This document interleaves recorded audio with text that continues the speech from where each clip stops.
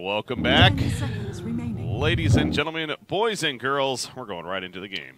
5 And we got another draw. Yes, Let's we do do. it. Round 2. As you pointed out, though, guys, it's they ban a Wyvern, so that Yeah, was the adjustment there by NIP. Yeah, I made the call they might ban the PL and then still stick to the Drow, but the Wyvern ban. So they decide the Wyvern is the big kind. I kind of agree. I think I was wrong with my previous statement, and definitely that's what PPD thinks, that the Wyvern is the bigger issue. All those team fights, Wyvern would guarantee get a kill with Winter's Curse, which was just too big. The PL you can kind of hit a timing against where you come online before the PL does. And Weaver, PL doesn't... Like, there are heroes that can cause Drow problems, but nowhere near as much as the Wyvern plus PL 5 opening. seconds remaining. I mean, Spirit, though, they managed to get Weaver as almost like a takeaway as well, you know, just in case they still go the Drow strategy. Of course, great synergy there, but still left Mirana open, so the Mirana Drow opening instead, but then there's the PL.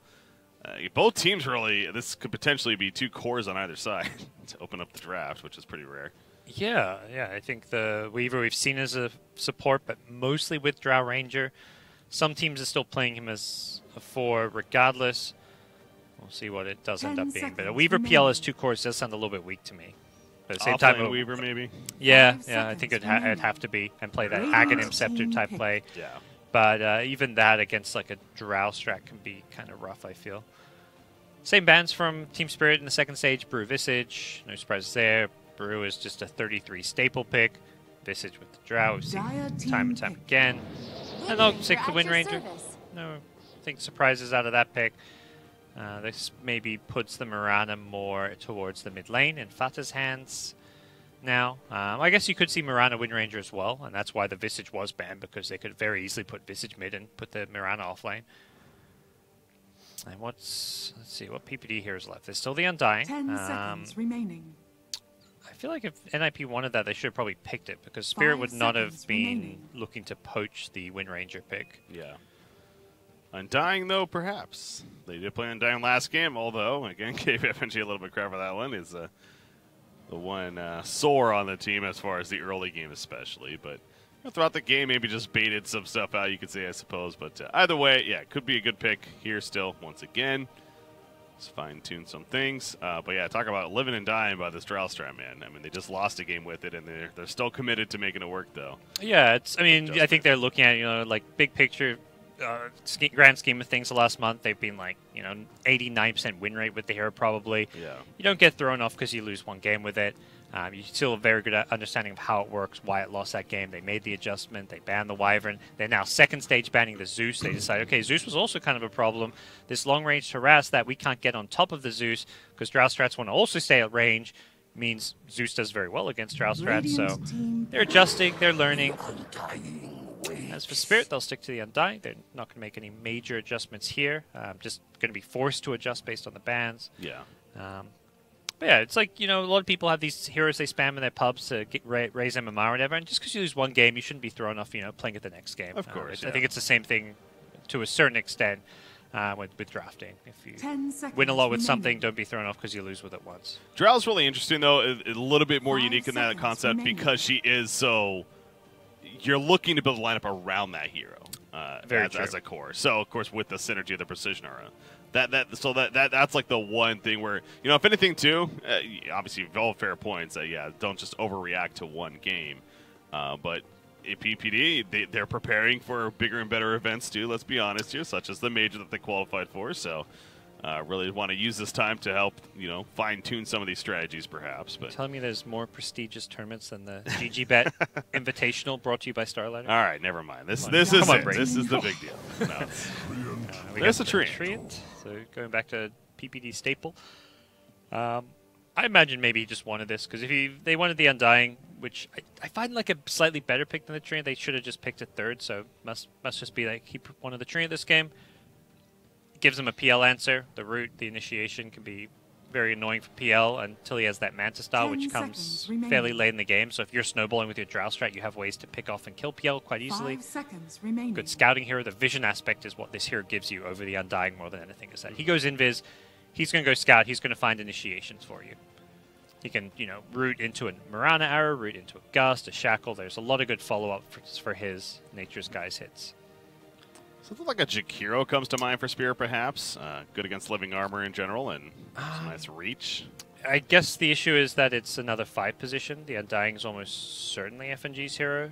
Yeah. They could put Byron on one of them. Radiant Yeah. Tree back. Okay, it worked Yeah, well last yeah. game, I suppose.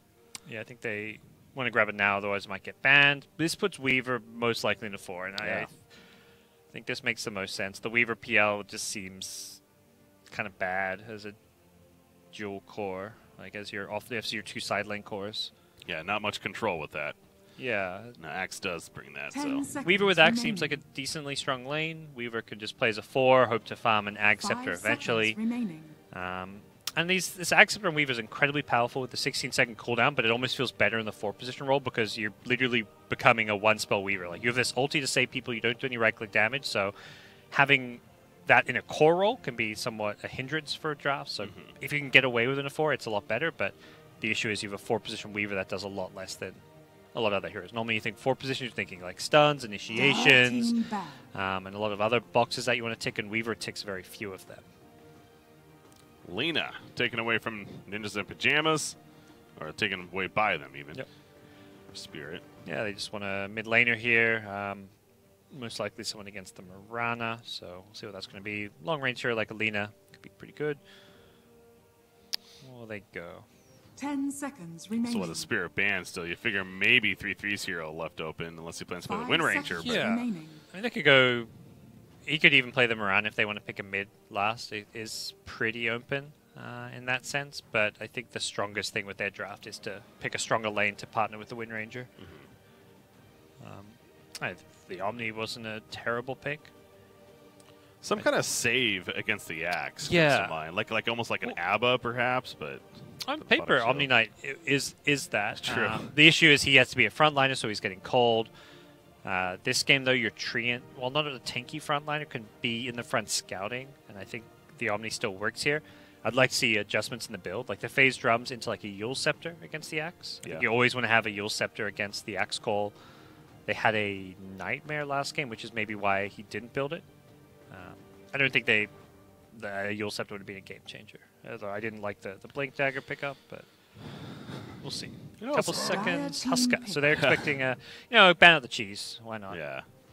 Mirana can go off lane. What's a mid hero that could destroy you? Particularly if you're picking like some kind of melee mid or something that just lanes poorly against Huska. Don't take any chances. Still on Spirit side here, team but... pick. Okay, they're going to go Templar TA. Assassin. That's very much why they banned the Huska as well. So For some reason, Enigma is standing out to me for NIP. that could have been really Does have good. Drow strat. I think they want to actually send Mirana offlane now. Mirana Wind Ranger, while not Think the so. with the TA pickup, you're more incentivized to do so. Okay. But don't have to. 10 I seconds like remaining. Enigma a lot against the Spirit lineup here. The 5 control's seconds horrible. Other than Axe, they pretty much have nothing. Yeah. Now, that does go through BKB to be fair, but with the placement, that can make it very tough to get a call off on the Enigma. So, yeah, it's just that was really standing out to me. Again, the Drow synergy and everything, but maybe with the matchups, that could deter it. Man, I feel like Fata needs to hit the pubs, get swole, and learn some Storm Spirit, because he is... That'd be pretty good this game again. Yeah. It seems like a hero that's just not in NIP's hero pool based on what we're seeing in pro games, and they're doing all these Drow strats, and I think Storm is got to be the mid that, alongside like Mirana, maybe that benefits the most from having a Drow. I think Storm's actually the best hero in the game to partner with Drow, alongside maybe like Visage. Visage has that more early game cheese, but as far as late game Drow strats, Storm is just, insane. Which is kind of interesting because usually, on paper, a lot of people almost think, and I say that because myself for the longest time, you think Storm maybe be magic focused, right? More magic damage focused for just whatever reason, the concept of the hero. But you're right. I mean, his right clicks can definitely hit very hard, and he's using that constantly. And it's this, often the hero struggles in these mid to late game scenarios where he can ball in, get on top of people, but doesn't have enough damage. Drow makes up for that by basically giving him a perma double damage. It kind of covers one of his potential weaknesses. Yeah. It makes me a huge kill threat. Necrophos, Choose your hero. good lane. They just go for the lane matchup. Okay. I'm curious to see if this is going to be mid or not. Fata picks up Mirana, so maybe a Necro Wind Ranger lane. Maybe Fata goes side lane. Definitely Necro will lane better against the TA than Mirana, but at the same time, Necro's going to lane better against PL than Mirana, so I think the PL may be the hero you prioritize shutting down more this game. 3-3 on the Necrophos. That's shaping up to be from the looks of who's playing what, at least. But sure enough, Biver on Weaver. So this game he has a hero that well and truly will be the frontliner. Like, he kind of was that last game on Omni, but then he built items so that he could sit behind his carries and repel them and heal them, and it was kind of this contradiction in his item build and his playstyle where it was like, do I frontline, do I not? This time, he's always in the front. You're a Necro. You just run in. You're not afraid of anything. You're not going to die. I guess there's no obvious Yule's buyer here on NIP, which is maybe the big issue. If he gets cold, do they have a way of saving him? And I think without someone like Saxa building a Yule's or PPD, but that's a 5-position treant farming a Yule's, that doesn't seem too likely. He could get blown up in a call. He could go A on disc, I think, as an answer to that as well. Yeah, the eventually on disc for sure. But you probably want to build Yules eventually, but we'll see how this goes. Yeah, this is a Spirit side. I do like the lineup once again, though. Again, Weaver enhancing damage in that support role with the Swarm for a hero like a Templar Assassin. She's going to love that. Yeah, it's pretty greedy having the TA with the PL. Like last game, this Zeus just came online a lot earlier. Fair. And was a hero that could really enable the Axe. Like, Axe had such a fast Vanguard blink that he was going around finding kills, and well, that, you know, was Zeus helping things out. So we'll see if Axe can have as good of a game with a more greedy team around him. Even the Weaver is not a hero that's going to be able to help the Axe get too many kills after the lane stage. Axe had obviously the biggest difference now is Axe had a Wyvern support last game, and now it's a Weaver. And then also Peter Pan Dam's playing a Tree instead of a Bane, which, I mean, Bane is pretty good in the laning phase, so it's not like that was a weak matchup by any means, but that's the biggest difference there, really. So a matter of, can Axe get that good start again? All right, looks like we're good. Quick unpause. PPD calling out his teammates. Got an AFK. He ain't happy. He's just calling him out, throwing him under the bus right there. Didn't say a name, to be fair. But one of the players. He's not even just like Sec. I mean, I think a lot of these players get annoyed when enemies pause and they just pause and don't type anything about why. So I think he's trying to, Oh yeah, he calls people out on doing that. Oh yeah, so he has to, can't be the hypocrite there. Yeah. So has to give the reason right away. Fair enough. All right, so the lane's setting up here. Necrophos, he's heading towards the top lane by himself currently. Obviously, expected support will eventually come up here, but in the early part. Yeah, they secure some runes. Maybe you get a kill if you catch him by surprise because you've got 4 heroes down bottom. They even bring their mid. So definitely potential to get 3 bounty runes if Necros can secure top and then they get 2 bottom. 30 seconds. Yeah, this is shaping up that way, definitely for NIP. They're hoping for a first blood because Drow lineups typically don't secure the bounty runes for the Drow in the safe lane. They go for the 2 in the off lane, so I think this is looking to catch Spirit by surprise by having all these heroes down here. They're going to start running at this bottom rune. Peter's, well, maybe not. It's actually Axe the one that's running at them. Yeah, that's what they want. They were trying to bait them in here. Bounty rune gets picked up. Biver got it. Biver gets to the safety 2 on the high ground. Nice Spirit play. gets the 3 for 1 themselves. Yeah, sure enough, the Shikuchi, so he'll be just fine. Go the other direction. All right, so we'll get that matchup now. The 3-1 bounty rune goes the other way. Yeah. As Weaver has the potential to do with Shikuchi. I think they were fine just getting 2 on the NIP side, but they were maybe hoping to get some good harass and damage in. Not the case. PPD going to go off lane, in fact. So it's a Treant Necro lane with the Wind Ranger securing the safe lane. Okay. Want a support that can apply some pressure with the Drow Ranger especially. Yeah. Consistent pressure more so. The double right clicks with the Blightstone can do some good damage as well. We've seen this before. FNG is running at Necrophos. Now he's, once again, as we saw last game, he threw himself at them several times, but so far he's alive and doing pretty well. Yeah, he's forcing Necro pretty far back, and Necro needs to be pretty careful. FNG. Yeah, he's hitting hard. We'll have another decay, but 33 knows his limits here, and FNG, does he know his? Probably not. Okay, no, dire career. Is that mid lane? Did Mirana just leap in and kill it, maybe? Yeah. Yeah, he used triple leap, so. Leap's on cooldown. I can only assume it was, Fata 9 gives him a tip as well, so it looks like that was indeed the case. Well played. 9 did get his regen out, so at least he has his extra salve tangos, but nice bit of gold. Handy stuff. FNG just committing suicide. This is what he was hoping to do last game, but yeah. he kept dying to heroes. I think he forgot the strat. He's learned. I still, this concept to me, I mean, obviously I trust that, you know, these pros know what they're doing when it comes to that, but you're still giving 120 gold basically to every hero on the other side by doing that. It's total. It's actually the... Oh, wait. It's bugged. Well, so that's not... It's a mistype, yeah. It's 120 total split 5 ways. Oh. So it's less than a creep per player. Okay. If that's the case, then that makes so much more sense. Yeah. Okay. Yeah, no, I really, it's very, very yeah, because because I read that every time, and I'm like, that feels like that's like 700, 800 gold you're giving to the other team. Yeah, that would be super not worth. That makes a lot more sense then. Okay. Yeah, it's the new suicide to neutrals. They nerfed the suicide to neutrals by giving that super long respawn time, so people are like, well, we'll suicide still, but just have to give away some gold to do it. Yeah. All right, but he's back. Full life, full mana, at least at the beginning, and the quad mango this time, by the way. You had 3 mangoes last time. Yeah. I mean, the idea is you give basically each player on the enemy team 1 CS. Oh, nice. First blood on where was that? That was... Waver, he got overconfident down bottom. But yeah, with the suicide, you give away like a CS per player, but then you get that much back by coming back to the lane with full health and mana. So it's like the constant uptime in lane. Dire's middle tower is under that was odd almost, because Axe was all the way back at his tower. I'm guessing maybe a pull happened or something. Yeah. Weaver just playing too aggressive.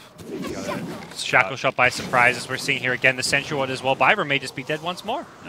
Very likely. One more on attack. Yep, does him in. There's no call for Hestejo to help out there. Soxa is just going to go for the suicide too. But yeah, spend your money. Oh yeah, he had reliable gold, so he didn't even lose any. Yeah. Well played. The Sentry coming into play, no doubt, against the Weaver. Yep. Top lane. He's fine, FNG. Going 20 stacks up to K, though. He's a lot tankier than it looks initially. Making 28. It's a double decay hits. The other really nice thing about dying that we're seeing down bottom lane for NIP is you get to bring your carry items. True. Curry is a limited resource in the lane stage. Not everyone can, use it to get their items out, so... Soxa TP's back to lane with the Ring of Aquila, with Tangos, with Salve, and basically him dying is a full regen for himself and his carry, which is where dying is not always bad. Or if you are going to die, make sure it's, you get the most out of it.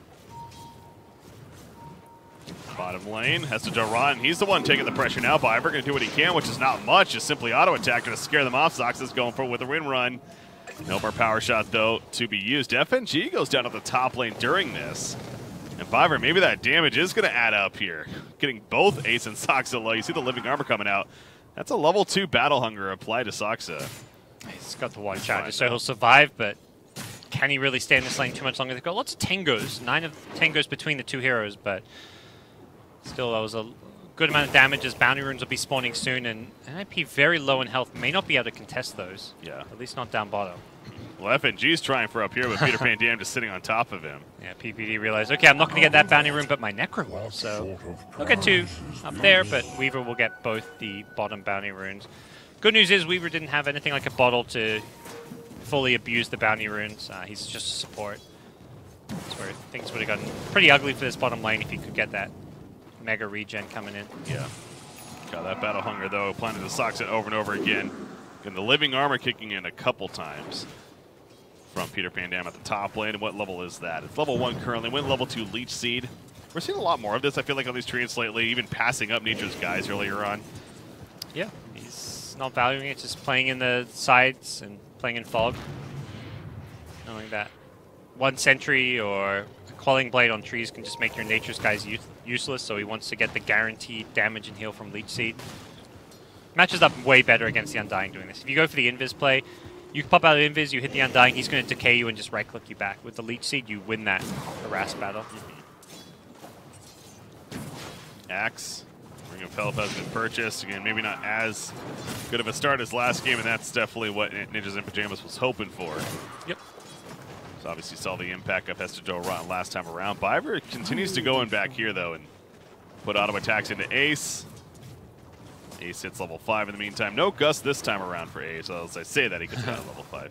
Yeah, this is pretty normal stuff. You don't want to, because you're not going to get level 6. You always get your ultimate, so you probably want to have Gust before level 7 against a Weaver, especially. Even against Axe, it's pretty handy to push him away, stop a potential Culling Blade happening. Ooh, they've looked for a Weaver down bottom. They hit him with the Gust there, but Weaver did manage to disjoint the Shackle Shot using the Shikuchi. Yeah, the vision on the wrong side, unfortunate for them. Yeah, obviously, Byron knows this, so that's why he's playing over here, too. Yep. Yeah, very good job. Clever stuff. He's got a Sentry, so he could deward the Radiant one, but it's actually about to expire, so definitely not worth. Body block top lane, FNG. There's that Nature's Guys coming in. He gets the initial root, and with the leech seed and a couple more auto attacks, 3-3 will finish the job. So yet again, another nice kill at the top lane. 5-1 now in favor of NIP. It is similar to last game. They had that hero kill start early on. Yep. But things kind of snowballed the other way pretty quickly, as we saw. So right now, speaking of that, Templar Assassin is doing fantastic in the middle. Yeah.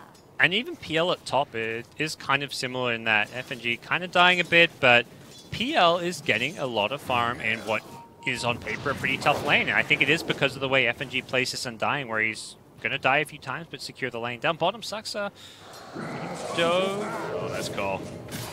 Should secure the kill, you'd figure. He doesn't have a Culling Blade yet. Shackle Shot, making it awkward. They do indeed take out Wind Ranger, however. Nice 10 going through. Ace gets back to his tower, back to safety.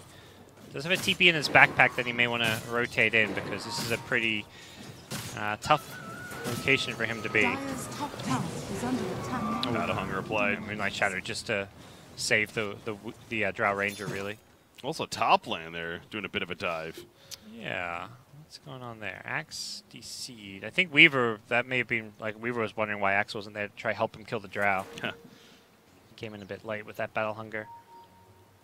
Yeah, applied that and started running the other direction. So I wonder if that's when it happened there, unfortunately. But yep. Well, no, he actually paused the game himself. So looks like a restart on his decision. Who knows? Either way. Again, Spirit up 1-0 in this best of 3 is a decider match. And so meaning if you win this, obviously you're moving on. And if I'm not mistaken, in fact, I wonder if we have the image here. Play the winner of the other group, which... Well, it would be Alliance. Alliance, I believe. Yeah, so Group A we're looking at, yeah, this is NIP versus Spirit again. Lithium already advancing. Oh, we talked about how they defeated NIP, and we'll get back to that. We'll talk more about that later on as we got the unpause here. But point is, yeah, the winner of this plays Alliance, who won Group B. And that's a single in playoffs, too. Single elimination playoffs, best of 3, to determine who moves on to what then would be the finals. Yep. So... doesn't get any easier as usual, but how about this TA? Not only snowballing mid, but snowballing on Ancients. Gets scanned. Pretty damn farmed right now. I don't know what's going on. There's a Radiant scan, but can't really stop it. No. And Miranda, for the matchup she's had, has done very well. Good CS on Fada. Second, only 8 last hits behind TA. Quite a few less denies, but this is, I think, slightly better than I expected this lane would go for Miranda. So I think Fada's played very well. Issue is you just have no tools to stop TA from free farming. TA's a full level ahead because of the denies and the Ancients. Even with Drow Aura. And Drow's at level 6 now, so it gets a little bit better for Miranda, but at this point TA has the max refraction, so you're not really going to be able to outlast hit or go for any kind of kills with this Drow Aura. Push happening here at the bottom lane, though. They're going for the kill on Axe. Shackle Shot connects on top of the Gust, and they get the kill. Very quick play from NIP. Hesta really didn't have any time to react there. Yeah. Sitting at his tower. And that's kind of the big change from last game, is that Axe is not having a good game. Last game, the mid Zeus and the PL were both farming, as we're kind of seeing here, but Axe had this very fast Vanguard into Blink. This time around, there's been a lot more pressure on his lane, and that was a nice adjustment by NIP, sending Saxa to the safe lane to give Hesta Joe a much tougher time. Yeah, he definitely had the Vanguard by now, and it was already working towards the Blink last game. And so this time around, he's still about 500 gold shy or so, and 10-minute bounty runes. Ace is going to protect this one. It looks like so far good for NIP. Yeah, they're going to get 3 of the 4. Yeah. They block the TA stacking Ancients as well, so some extra small added value there. These kind of things can add up kind of nicely. Necro. He's just pushing top pretty far. Yeah, can they really kill him with the Weaver PL? No, only a third hero, I want to say. But Again, Axe still wanting to farm at least the Vanguard before he's going to have that impact of being the scare. And that's what 3-3 knows this. He should feel pretty confident because, again, you look at Spirit's lineup, what's going to really jump him right now? Nothing's going to catch him off guard. Yeah, there's no Axe with a blink. There's a TA who just wants to farm. Undying can't rotate. He's actually unkillable top. He can push up as far as he wants. And if PPD comes in, they can threaten Oliver. So he's going to have to play very defensive here. You also look at the wards that have been placed, too, given that vision. Bottom lane, though, Undying, they want him. Gust comes out. Here comes Phantom Lancer. Is that enough to at least deter NIP? It absolutely is, but again, no turn kill threat. Yeah, this PL knows top lane, he just can't play up there. So he's going to go TP down bottom, try and play against the Drow, who he has a better matchup against. But at the same time, it's a better matchup, but it's not a great one because his Axe has no blink, and well, his Undying's dead. Shackled and brought down, so every lane starting to crumble for Team Spirit. There's the tower kill, 4,000 net worth lead. Now this is that Drow strategy that you almost expect to see, and we usually do see because of that win percentage as of late, as you're pointing out in the draft there. This is more like it for NIP. They got the 4K net worth lead, and it is accelerating quickly at this point. Templar Assassin still is having the top farm in the game, but it's not like she's not necessarily a massive threat herself. She's going to jump Ace as she has a Blink Dagger now, but with the living armor, it also makes it more difficult. Trap. The arrow has to dodge it. That might just be enough. It is. Blinks it applied. A good blink out from 9. Yeah. Held on to that one. Just came back up there in the end and gets away because of it. It's already a tier 2 top dead as well. Jeez. Yeah, that's the result of just not having any answers to Necro. They have no way of killing 33, so he's able to just keep on pushing out every wave with Death Pulse. He's got constant sustain. It's just constant pressure on towers, and he's taking the tier 2 now. He knows he can't really go start chipping at tier 3s. If he does that, he will get flanked by 3 or 4 heroes and die. So he's going to rotate mid and now start working on more towers. And with this mid tier 1 gone, Dire can't really farm their jungle safely at all. They lost complete control of that area. They catch BL. They just spotted them in time for the arrow. Now, I was going to say PPD kind of regretting not getting Overgrowth at 6 because that was a free kill if he had it, but they still make the kill happen anyways, and he levels it up at 7. So there you go. Yeah, he wants these Nature's Guys points. You always go back for it, and I see PPD often not getting in the lane stage, but he wants to have it around this stage because it's so good at scouting and finding kills. Yeah, for the vision, if anything. So kind of prioritizing getting that extra point over having Overgrowth level 6. Interesting pickup from 3-3. Again, not your usual, but just adapting to the game even. He picks up a mech this early on. Interesting. Goes down to Axe. Okay, it was a solo kill, in fact. Guessing the Coaling Blade coming into play. Yeah, he's having this very early push. Ace will TP in, won't be able to stop the blink. You seem a little unsure about the mech. Trying to think about it here. Maybe like what could it have been instead? Like a Helm of the Dominator even for more of that aura? But as Necro, yeah, the Helm less sold on against this kind of a lineup. It's probably fine. I don't see any reason that it's necessarily bad by any means. Armor. You're going to be a frontliner, so why not? Yeah. Mech's just kind of been like this iffy item. It did get buffed in a recent patch. The heal went up to 275. But yeah, the obvious Necro pickups are not like amazing here. The Veil, your team doesn't have that much magic damage, so the Veil isn't that good. Blade Mail isn't amazing against that team either, so. Yeah. And you don't, like, the Radiance against PL is good, but you're not playing to go late game against the PL. You're going for the early Drow strat, so that's where, yeah, having a mech type item. I think you could have considered a Yules maybe. He may still go back for that. Okay. FNG, he's going to be scouted out. There's the route opening into the easy arrow. Not much room to work with for a dodge. The eventual kill follow-up. Ace, credit for the kill. And the map has just opened up so much more. Again, you can just tell the difference in this game and the pace and everything. How Ace doesn't have to sit in his jungle for 10 minutes, it felt like. Just farm. He can move with the team. For Spirit, this game can change once this Axe Blink comes up, which is pretty soon. Issue is it's going to come into an Aegis. So when you hit these Blink timings and your opponents already have like a way of protecting themselves against it, it can be kind of rough. Great deny by PPD at the bottom, and he gets it safely. He just goes invis. Yeah, this gold when you're behind matters so much. So tower deny can be very handy and important.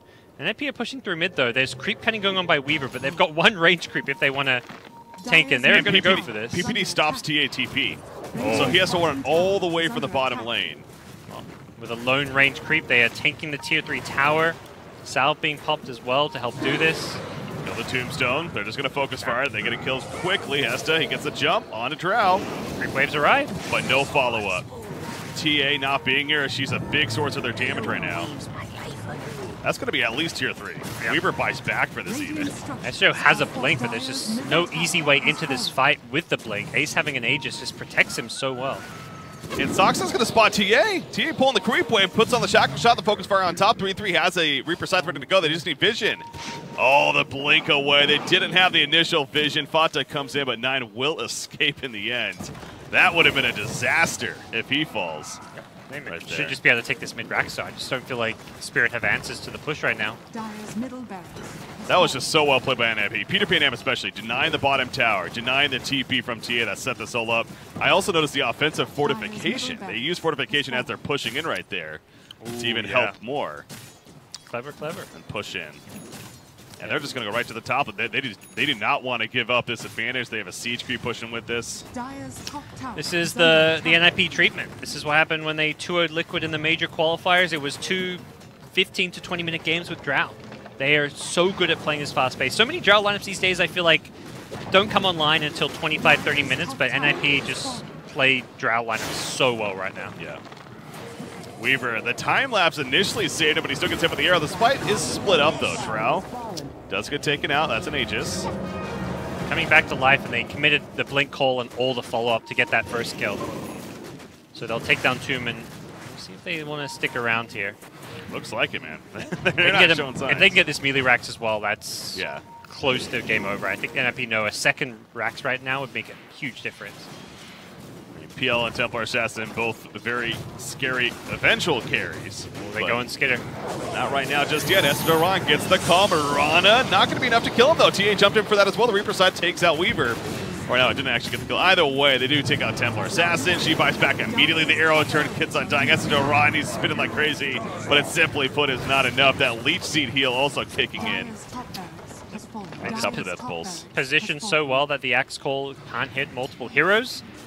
Necro's in a position where he follows up the Drow Gust with a Reaper on PL. They didn't quite have the damage to kill Oliver, but they send him back to Fountain with like a sliver of health, and he's out of the fight. So 4 racks down, and PL still, trying to finish his defusal. He's had an okay lane stage. He didn't get completely destroyed. He's only 0-1-0, but you lose your entire map to farm. Like, he couldn't jungle because they lost 2 towers top and a tier 1 mid by 8 or 9 minutes, and as a result, his farm just is incredibly slow, and it doesn't really feel like there's a whole lot Team Spirit can do now. Down 4 racks, 13k gold late at 18 minutes. If NIP want, they can kind of fall back, wait for next Roshan, but I don't even think they necessarily need to wait. No. And it is going to be the Eels follow up on Necrophos.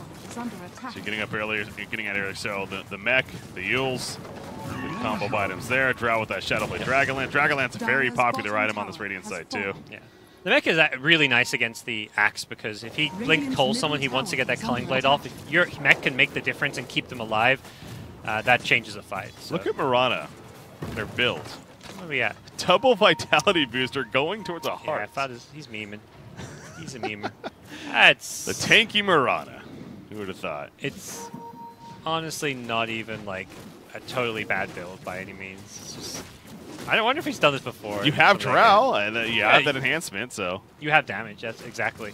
And they know they're about to win this game, and if they just have more health. Mirana's one of the main targets hitting buildings. It seems like Ace is sitting back so he doesn't get cold, so it means Vada's being cold by the Axe, and with this health, yeah, you're kind of unkillable. Yeah.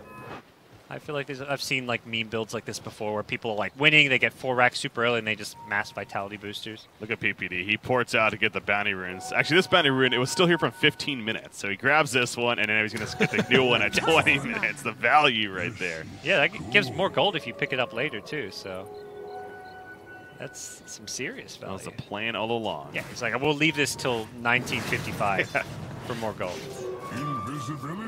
Not to point out soreness here, but I'm going to anyways. FNG, 400 net worth. 20 minutes. That's a We asked his Undying to die less this game. He hasn't died 11 times, but the game's also not gone quite as long as last time. TA caught. Hesta, nice response, but the Gus push back immediately. And the Reaper side, that's 103 seconds. She's already dead for. We're only 20 minutes into the game. Just Necrophos things. GG, well played is called. It was, I mean, this game was over 5 minutes ago even, but yeah. NIP. 20-minute victory, jeez. That's the drill strat. Yeah, very convincing. Well, that's just like, I'm going to pat those stats, baby. GG, right? The fake GG? Is this it? The fake GG? Okay. Oh, okay. I was getting ready for some good PPD all chat there. He would have been. He would have gave them a word or two. Yeah. That was fun. All right, so we got a game 3, and that's the good news. Yep. Quick game 2, but 19-6. Yeah, just absolute domination from one team. In this case, the Ninjas at Pyjamas. Yep. Not much else to say. Yeah. Really about that one there, but I think the draft adjustment was good, banning the Wyvern. Yeah. I think for Spirit, your draft adjustment is probably just ban the Drow, because I don't think there's like a. It's not like you ban the Murano or one of these other heroes around the Drow and that fixes everything. There's just too many options to partner with a Drow, whereas there's very few options to counter a Drow. They showed how you can beat a PL by just winning the game in 20 minutes. PL doesn't even have Diffusal. So PL in this game looks terrible against Drow, even though game 1 it looked just fine. They didn't have those heroes to delay the game. The Wyvern, the Zeus. Those two bans changed this game completely. And I got to imagine Spirit and FNG's teammates are just telling FNG, dude, just ban Drow. Let's have a game 3. Let's get it out of here. All right, speaking of that, game number 3 going to be coming back. I'm BreakyCPK, joined by GoDz at GG.Bet Invitational. Deciding match. The winner of this will move on to the playoffs to play Alliance here for this $50,000 prize pool tournament. It's Spirit, it's NIP, game number 3.